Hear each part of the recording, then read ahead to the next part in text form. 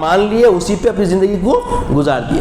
آمنت باللہ کما ہوا، یہ ادا کیجیے، آمنت باللہ کما ہوا باسمائہ و صفاتہ وقبلت جمیع احکامہ و ارکانہ و تصدیق بالقلب و اقرار باللسان. یہ اجمالی ایمان. مفصل ایمان ہر ایک چیز، ہر عقیدے کو الگ الگ کھول کے سمجھ کے قبول کرنا.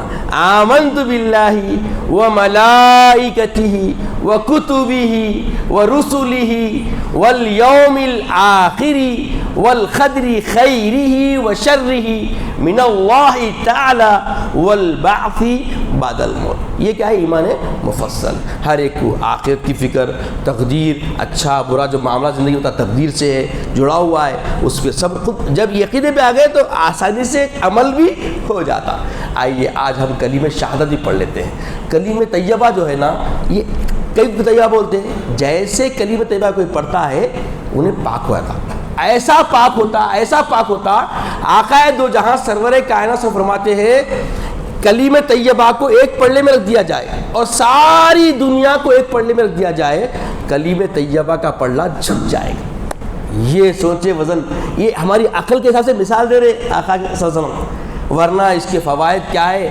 جو کلمہ طیبہ پڑھ لیا اور اس پہ یقین کر لیا، اللہ تعالیٰ اس کا حمایتی ہوتا، اللہ تعالیٰ اس کا غوث ہوتا، اللہ تعالیٰ اس کا دستگیر ہوتا.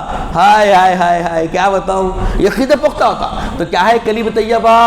لا الہ الا اللہ محمد رسول اللہ. لا الہ الا اللہ محمد رسول اللہ. یہ تصور رکھنا ہے. ظاہری طور پہ جو اعلان ہوتا ہے وہ کیا ہے؟ نہیں ہے کوئی معبود، کیونکہ 360 معبود تھے. 360 معبودوں کا انکار، کوئی معبود نہیں ہے الا اللہ، سوائے اللہ کی ذات کے، سوائے اللہ کی ذات کے. یعنی عبادت کے لائق کوئی اگر ہے تو وہ اللہ کی ذات طیبہ ہے، اللہ کی ذات عز و جل ہے.